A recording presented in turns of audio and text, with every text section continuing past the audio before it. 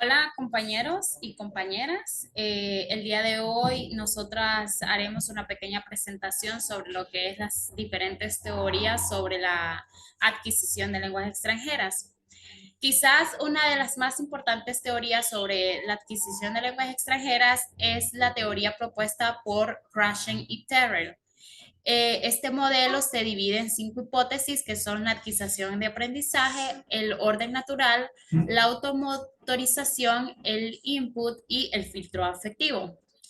Para aclarar, la hipótesis del orden natural se centra más en la adquisición de segundas lenguas que en la adquisición de lenguas extranjeras. Entonces, empezamos con lo que es la primera hipótesis, que es el aprendizaje o adquisición. De acuerdo con esta hipótesis, las personas tienen dos maneras distintas para desarrollar la competencia lingüística, ya sea a través del aprendizaje o de la adquisición. En este caso, nosotros tenemos que tener bien claro lo que es cómo se definen el término adquisición y aprendizaje. La adquisición es un proceso similar a la forma en que nosotros hemos aprendido nuestra lengua materna, porque desde que éramos niños hemos ido adquiriendo nuestra lengua sin ningún entrenamiento académico o formal. Nadie nos dijo acerca de las reglas gramaticales que teníamos que seguir o acerca de los patrones de pronunciación para poder hablar bien lo que es el español. Entonces, en otras palabras, la adquisición es la forma natural de desarrollar la capacidad lingüística y es un proceso subconsciente, o sea que nosotros adquirimos el lenguaje de una manera inconsciente. Por otro lado, el aprendizaje de un idioma se refiere a la capacidad de hablar de ello. Se trata de un proceso consciente donde hay una instrucción o una formación académica o formal y también hay un conocimiento eh, donde nosotros ya sabemos que nosotros vamos a aprender esa lengua. También, por ejemplo, tenemos lo que es un profesor de lengua no nativa.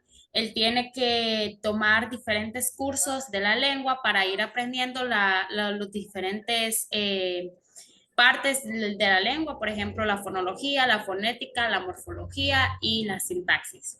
Luego tenemos lo que es la hipótesis del orden natural, que esta indica que los estudiantes adquieren, no aprenden, ellos adquieren la estructura gramaticales en un orden predecible.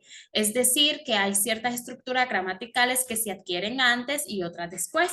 Por ejemplo, en inglés tenemos la terminación del ing, como en John is going to work, y el plural es, como en two boys, y estas pertenecen a las primeras reglas que se adquieren.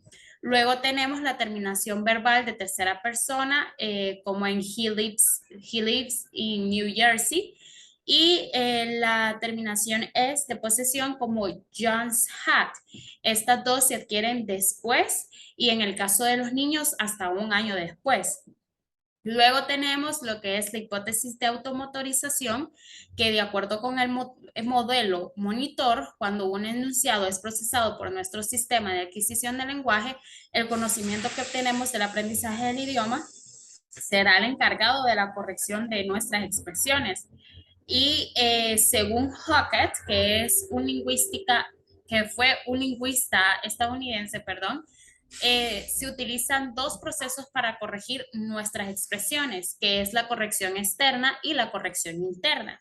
La corrección externa es el proceso que tiene lugar cuando se reparan o editamos los errores después de haberlos enunciado, después de haberlos producido. Y lo que es la corrección interna es el proceso cuando nosotros o los estudiantes editan sus errores antes de producirlos. O sea que al momento de producirlos lo que ellos expresan es la forma correcta. Luego tenemos la hipótesis del input, que esta hipótesis afirma que las personas pueden realmente adquirir el lenguaje cuando entienden y están expuestas a un estímulo lingüístico que se encuentra un poco más allá de su nivel de competencia. Nosotros esto lo conocemos como el I+1, donde el I es el nivel de estímulo lingüístico y el 1 tiene que ver con un estímulo lingüístico que forma parte de la siguiente etapa del aprendizaje del estudiante.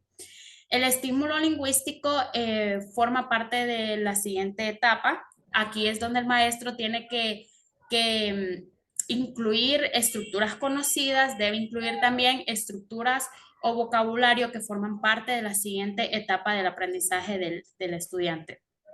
Luego, y finalmente tenemos la hipótesis del filtro afectivo, que esta es la hipótesis más importante en la enseñanza de lenguas extranjeras, donde de acuerdo con esta, el alumno tiene que tener una visión positiva hacia el proceso de aprendizaje y así tendrá más éxito en la adquisición de la lengua extranjera que las personas que no están motivadas, que estas personas que no están motivadas son las que tienen un filtro afectivo alto.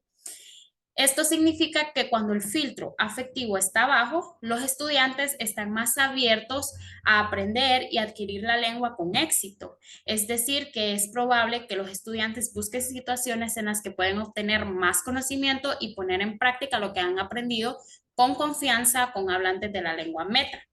Además, las personas con un filtro afectivo bajo son más receptivas a la información que reciben. Por otro lado, las personas con un filtro alto tienden a tener problemas con la adquisición de lenguas porque están estresadas, haciendo muchas cosas a la vez, también el aburrimiento, y es aquí donde el maestro tiene que proporcionar una clase de ambiente agradable y libre de estrés para que los estudiantes puedan adquirir la lengua de una manera fácil y rápida. Muchas gracias, compañera, por los datos de gran importancia que nos acaba de compartir. Y respecto a ese enfoque, yo lo que puedo decir es que se recomienda entonces de que no se use el idioma nativo en la clase y que se exponga gran cantidad de vocabulario al estudiante con gran variedad de actividades. Esto porque ese enfoque está basado no está basado, perdón, en la gramática, está basado en lo que es la comunicación. Y siguiendo con el enfoque de Albert Ellis, que es el enfoque cognitivo-conductual, esta terapia de cognitivo-conductual interviene a nivel cognitivo, es decir, en los pensamientos, también en la conducta y en las acciones que se realizan. Consiste en cambiar la forma de pensar, sustituir los pensamientos basados en creencias irracionales y distorsiones cognitivas por pensamientos más objetivos y adaptativos. Es una forma de entender cómo piensa uno acerca de uno mismo, de otras personas y del mundo que lo rodea. Y esto afecta los pensamientos sumados a la respuesta del cuerpo físico. En resumen, ese enfoque ayuda a modelar o forjar nuestro carácter cuando interactuamos con lo que nos rodea. De esta forma, nuestro carácter y forma de pensar se va desarrollando poco a poco en base a lo que vamos viviendo en el medio en el que vivamos. Dicho de otra forma, nuestro entorno es el que hace que seamos como somos. Siguiendo con el otro enfoque, que es el concepto de competencia comunicativa, el modelo de Celso-Murcia. Este modelo incluye 5 competencias, que es la competencia discursiva, que se refiere a la selección, secuenciación y organización de palabras, estructuras, frases y enunciados para obtener un texto oral o escrito unificado. Las subáreas que contribuyen a la competencia discursiva son cohesión, diéresis, coherencia, estructura genérica y estructura conversacional inherente a la alternativa de turnos. La competencia lingüística, que corresponde en términos generales con el concepto de competencia gramatical, el uso del término competencia lingüística en vez de competencia gramatical. Bueno, también está lo que es la competencia accional, que es la habilidad para transmitir y entender el intento comunicativo al realizar e interpretar actos de habla y funciones lingüísticas. La competencia sociocultural se refiere al conocimiento que tiene el hablante para expresar mensajes de forma apropiada en contexto sociocultural de la comunicación.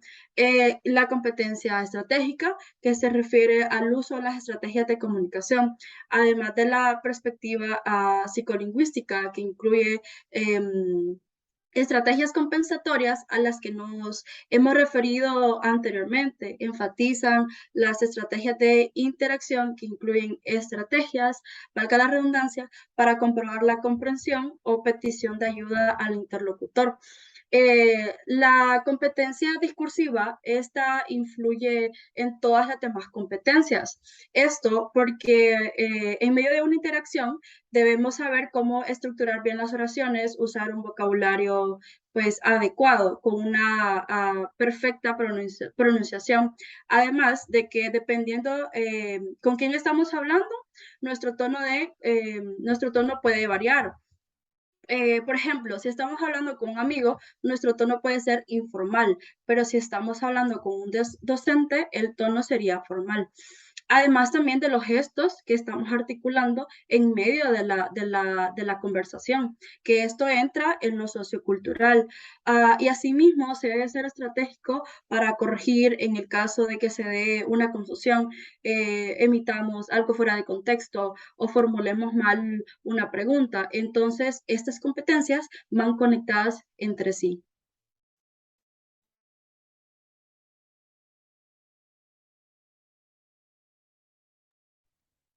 Ok, voy a hablar un poco de la metodología de enseñanza de lengua extranjera según Larsen Friedman.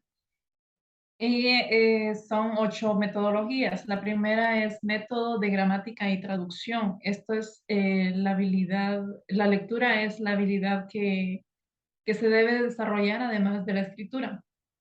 En este método se toma bastante en cuenta lo que son las reglas gramaticales de la lengua meta, que es memorizar vocabulario, conjugaciones verbales y otros puntos gramaticales.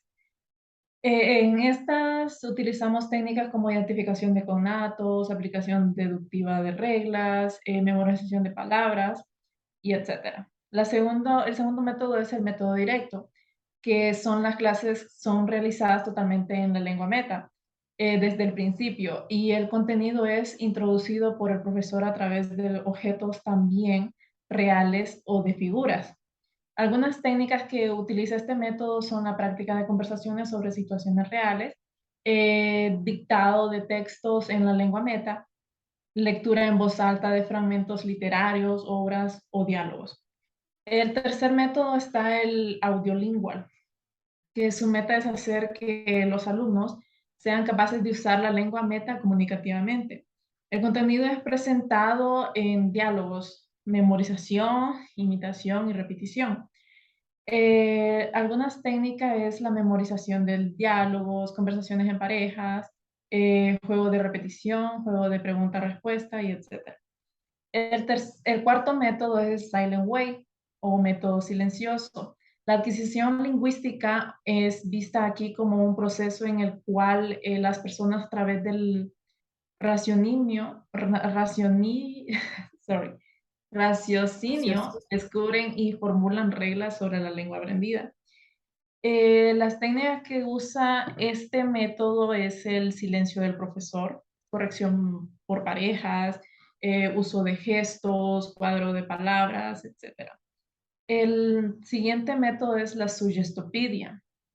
Es la conciliación del estudio de la sugestión y la pedagogía da nombre al método. Parte del principio de este aprendizaje lingüístico es normalmente atrasado debido a las barreras que el propio aprendiz se impone por medio de la autosugestión. El alumno aprende a través de estímulos externos en este método por fase receptiva y fase activa. Las técnicas que usa este método es la visualización con los ojos cerrados, las escenas imaginarias, creación de nueva identidad escrita por los alumnos, uso de carteles o pósters en las paredes con información gramaticales. El sexto método es la comunidad de aprendizaje o aprendizaje comunitario. Los alumnos deben ser vistos como personas por entero. La cooperación y no la competición debe ser incentivada. El aprendizaje lingüístico se dirige a la comunicación y a los alumnos graben frases de la lengua nativa en pedazos y después transcribirlos por entero en un texto. Algunas técnicas de este método es la transcripción de las grabaciones, por ejemplo, grabación de las conversaciones de los alumnos, tareas en pares o en pequeños grupos. El séptimo método es el Total Physical Response, respuesta física total. Este método relacionado con un enfoque en la enseñanza de lengua llamado de enfoque de comprensión. Se enfoca desde el inicio hacia las habilidades del habla, enfatiza la comprensión auditiva. Algunas técnicas es el uso de órdenes dadas por el profesor para indicar un comportamiento a los alumnos o el uso de órdenes dadas por los alumnos para que el profesor las ejecute. El último enfoque es el comunicativo.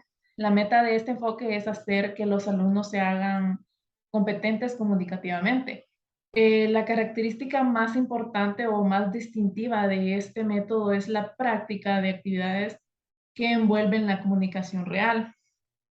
Algunas técnicas que usa este método es el uso de material auténtico, uso de figuras en secuencias sugiriendo historias que los alumnos intentan proveer, juegos con tarjetas, textos con frases desordenadas y etcétera. Esto es todo, los 8 métodos de Larsen Friedman. Los dejo con mi compañera Noreli. Bueno, muy buenas tardes. Yo les hablaré del enfoque comunicativo, cuyos precursores son Jack Richards y Theodore Rogers. En su estudio, ellos mencionan que la lengua es comunicación, es decir, el objetivo de la enseñanza de una lengua es desarrollar la competencia comunicativa. En este sentido, los seguidores de la enseñanza comunicativa de la lengua consideran que aprender una lengua es adquirir determinados medios lingüísticos para realizar distintos tipos de funciones. Richard y Roger aportan 4 ideas generales que pueden constituir la base de la teoría comunicativa. La lengua como sistema para la descripción de significados, la interacción y la comunicación como funciones principales de la lengua, los usos funcionales y comunicativos que reflejan la estructura de la lengua y las categorías de significado funcional y comunicativo del discurso como unidades fundamentales de la lengua. Sin embargo, estos autores describen la teoría de aprendizaje en 3 ideas, principios de la comunicación. La primera, las actividades que requieren de la comunicación fomentan el aprendizaje. Principio de la tarea. Con las actividades hay que desarrollar tareas significativas que promuevan el aprendizaje. Y principio del significado, la lengua que es significativa para el alumno ayuda en el proceso de aprendizaje. Entonces, como vemos, esta teoría se adhiere con la teoría de Krashen y Terror, es decir, similar al método natural que anteriormente nos hablaba nuestra compañera. Se refiere, o sea, es decir, hace hincapié en la comunicación. Es por eso que el maestro debe presentar la mayor cantidad posible de información, como lo son ayudas visuales y una amplia gama de vocabulario para que el estudiante pueda ser constructor de su propio conocimiento. Bueno, entonces ahora les hablaré sobre Roger Brown, mejor conocido por sus estudios en el desarrollo lingüístico temprano en niños. Él describió 5 etapas del desarrollo del lenguaje y estas etapas son: la primera etapa es a partir del primero a los 26 meses. Según su teoría, los niños son capaces de conectar una acción con un objeto. Por ejemplo, papá ríe, papá camina.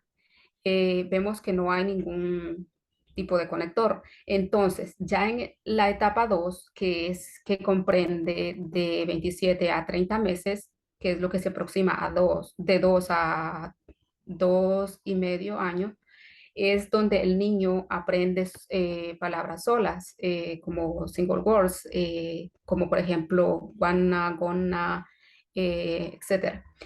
Ya saben su forma y su significado. También son capaces de usar preposiciones y verbos, así como también el pasado regular. Más que todo, se podría decir que el niño aprende palabras monosílabas. En la tercera fase, entre la edad de 31 a 34 meses, aprenden a usar verbos auxiliares, preguntas interrogativas y declarativas, conjunciones, artículos y posesivos. En la fase 4, que es la etapa que comprende entre los 35 a los 40 meses, aprenden sobre verbos auxiliares como